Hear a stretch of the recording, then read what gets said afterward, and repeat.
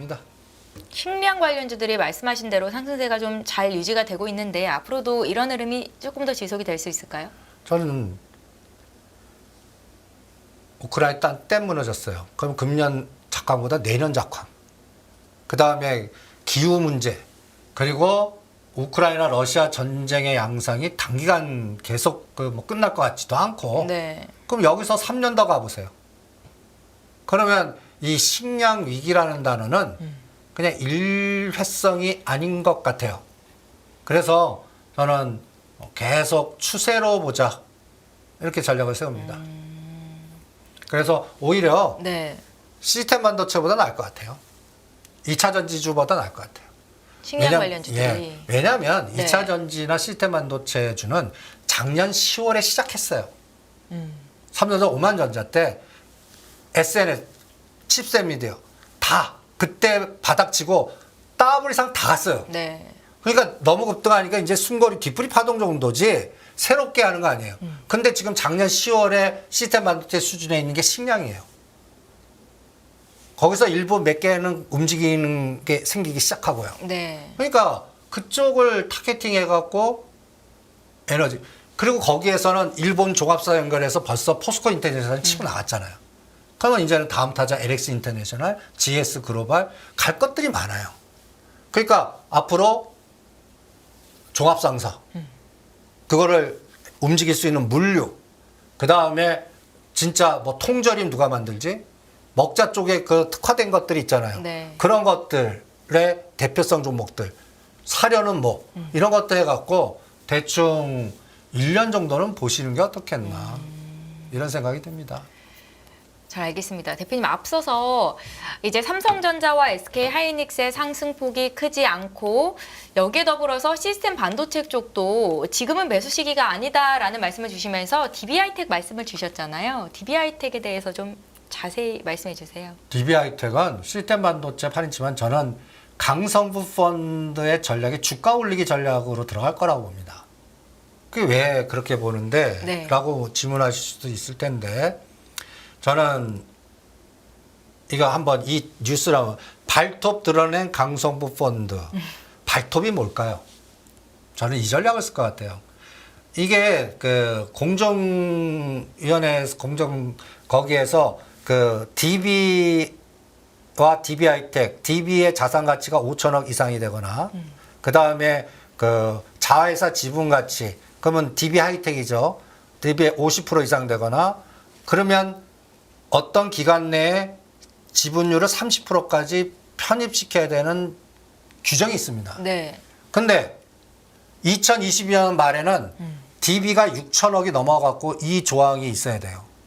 그래서 DB가 어떤 DB하이텍 주가 빼트리는 전략을 쓴 거예요. 그래서 이게 4천억으로 빠져갖고 이 조건이 넘겼어요. 네. 근데 이제 이게 다시 5천억 넘어보세요. 그러면 이제부터 카운팅해서 30%를 맞추는 게 2025년까지 해야 돼요. 그 작업을 할 것 같아요. 발톱이. 그러면 지금 대주주 그 DB가 12% 갖고 있거든요. 그럼 얼마를 갖고 와야 돼요? 한 17, 8% 갖고 와야 돼요. 17, 8%를 시장에서 산다고 해보세요. 돈이 어디 있어요?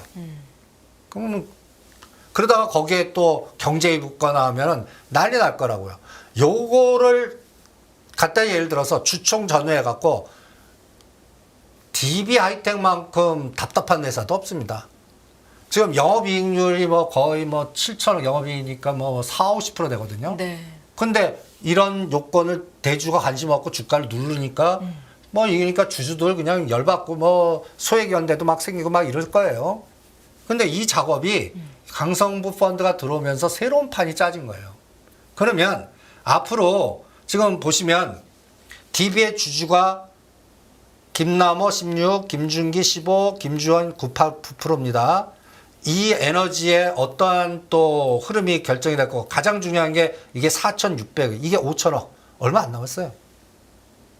요번 기준으로 이게 5천억이 넘었어요. 그러면 2년 동안 이걸 18%를 맞춰야 돼요. 갖고 와야 돼요. 이 작업을 공격을 누가 할 건가가 제일 키포인트일 것 같아요. 그래서 저는 또 강서구 펀드 외에 네. 보이지 않는 제3자가 들어올 거라고 봅니다.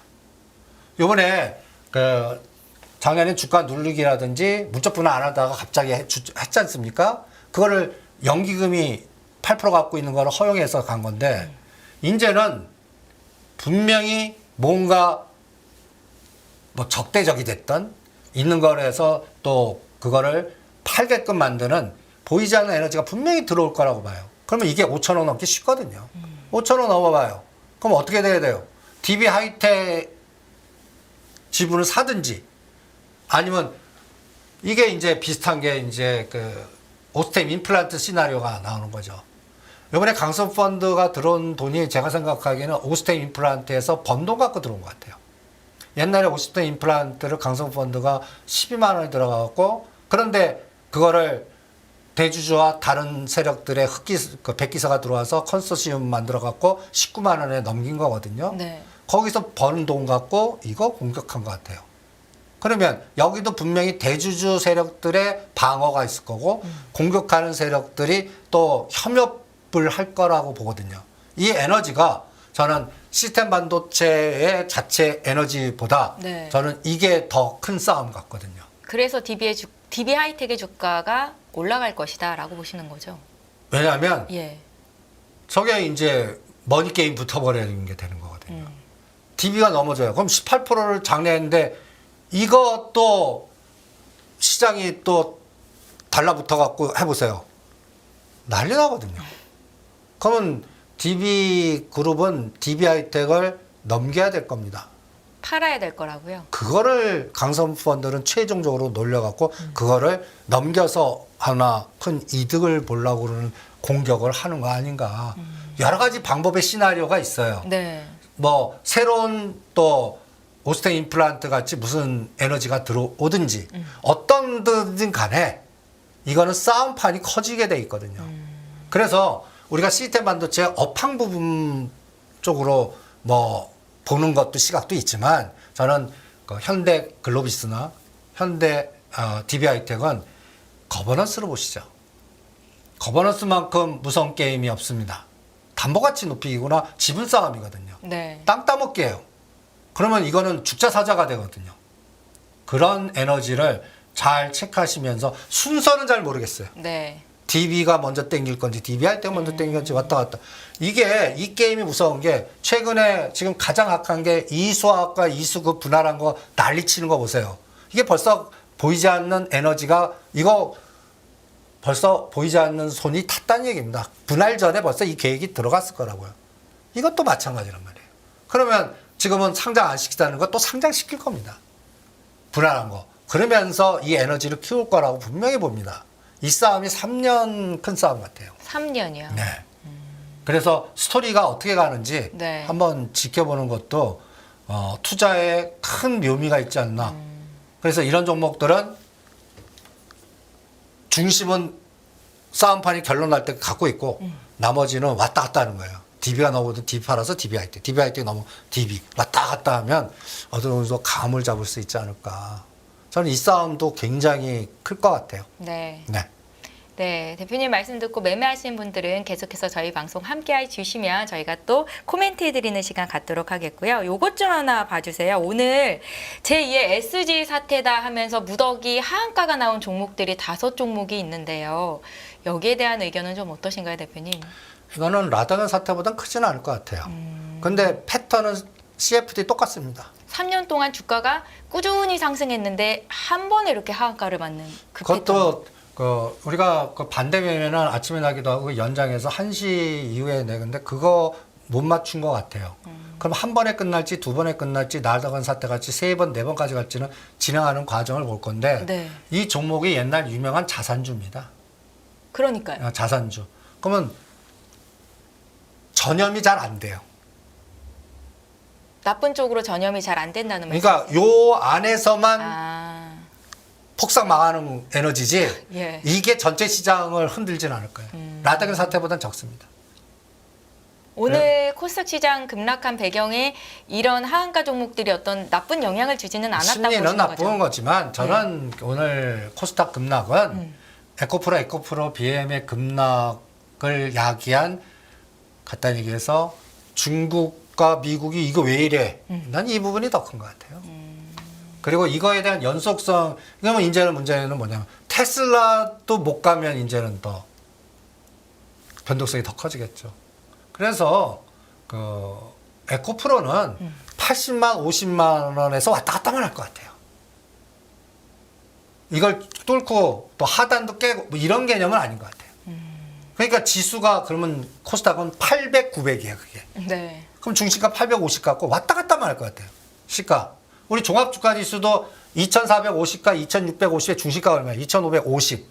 저는 그래서 2550을 요번에 훼손시키고 할 건지 아니면 2550과 2600에 지지하고 할 건지 삼성전자 7만전자 지지하냐 분리하냐. 거기까지 공격하냐, 파생시장에서 빌려다가 때릴 거냐, ETF 갖고 공격할 거냐. 오늘 이제 이런 이벤트가 나오고 7월 금리 결정될 때까지요.